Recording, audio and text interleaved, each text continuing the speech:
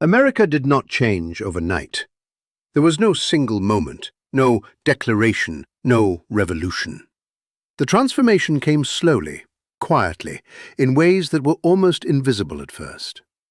It began not in government buildings or news headlines, but in living rooms, workplaces, schools, and hearts. For a long time, the United States believed speed was progress. Faster communication, faster production, faster consumption. Everything moved forward except the human soul, which grew increasingly exhausted. People had more choices than ever before, yet fewer felt satisfied. Freedom expanded, but direction faded. The nation was busy, loud and restless, constantly moving, rarely arriving. Islam entered this landscape not as an ideology competing for dominance, but as a way of life offering coherence. At first, it was misunderstood. Islam was spoken about far more than it was understood. It was discussed in terms of fear, foreignness, and conflict. Yet those who encountered it directly, through neighbors, colleagues, friendships, experienced something different. They saw people who lived with structure in a society addicted to impulse. People who carried calm in a culture of anxiety. The change began with time. Islam reintroduced the idea that time is sacred. Not something to waste, exploit, or escape, but something to organize around remembrance and responsibility. In a society ruled by endless scrolling and distraction, the discipline of daily prayer stood out. 5 intentional pauses in a day that forced reflection, humility, and grounding. Americans noticed that Muslims were not perfect, but they were consistent. Their days had rhythm. Their priorities had hierarchy. Life was not random, it was ordered. This order quietly challenged chaos. In workplaces, Muslim professionals brought ethics into environments driven purely by performance. They refused dishonest gain. They emphasized fairness. They treated colleagues as trust, not competition. Over time, this began to influence corporate culture. Integrity stopped being a slogan and started becoming an expectation. One of the earliest transformations occurred in how Americans viewed success. For generations, success had been defined almost exclusively by accumulation. Money, influence, status, visibility. Islam questioned this definition at its core. It taught that wealth is not proof of worth, but a responsibility that comes with accountability. That poverty is not shame, and that excess is not virtue. This challenged consumerism deeply. People began questioning endless consumption. Why buy more when contentment was possible? Why chase validation when dignity could be internal? Islam's emphasis on moderation, eating enough, spending wisely, avoiding waste, began influencing broader cultural conversations. Minimalism, once a trend, gained moral weight. Environmental responsibility followed naturally. Islam does not separate humanity from nature. It views the earth as a trust, not a possession. This idea resonated powerfully as climate crises intensified.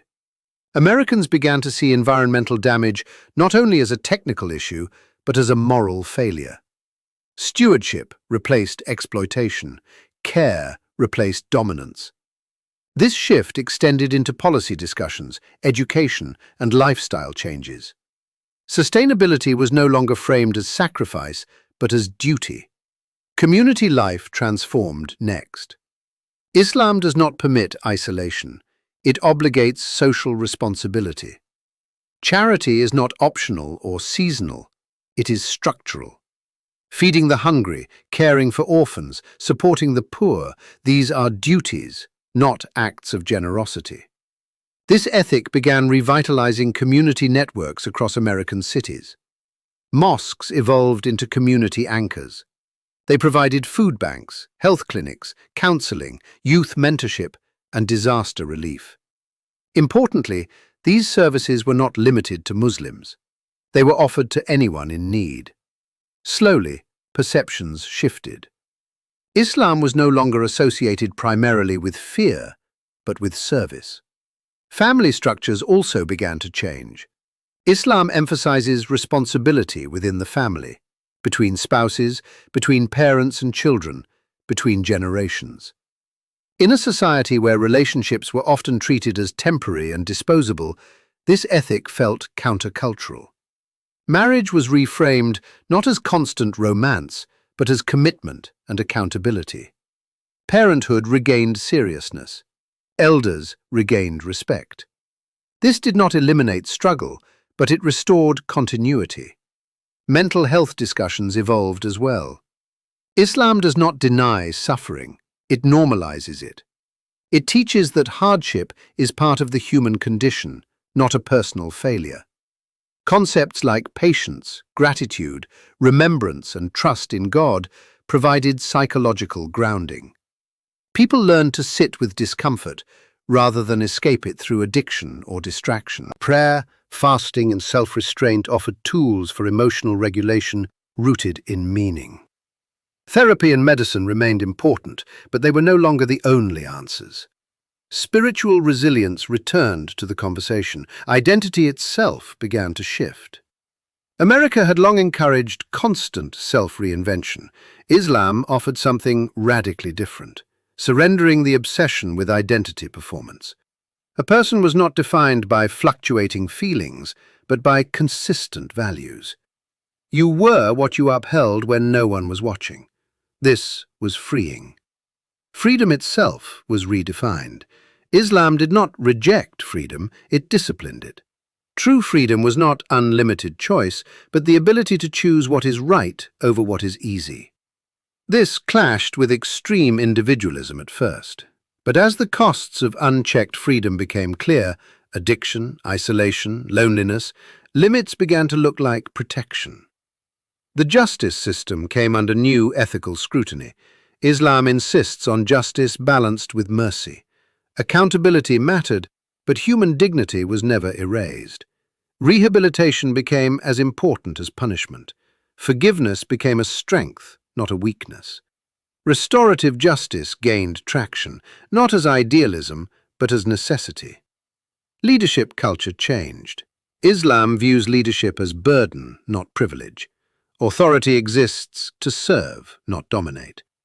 This idea began influencing grassroots movements, community organizers, and even corporate leadership models. Servant leadership stopped sounding naive, it started sounding essential. Political discourse softened, not because disagreements vanished, but because dehumanization lost moral credibility.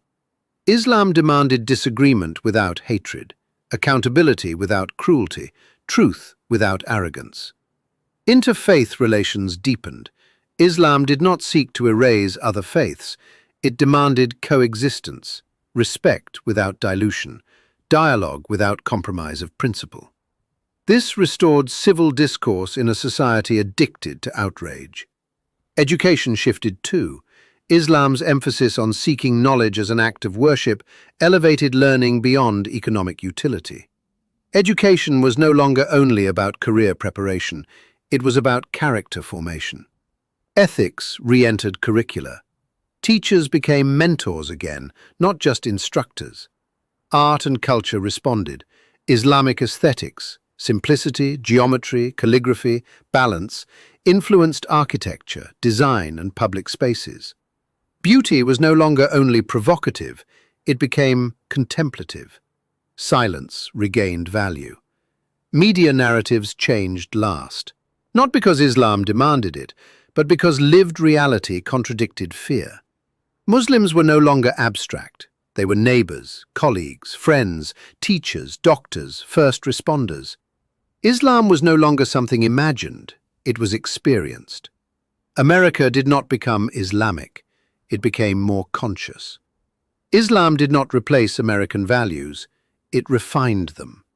It reminded the nation that freedom requires discipline, that power must answer to morality, that progress without purpose is decay.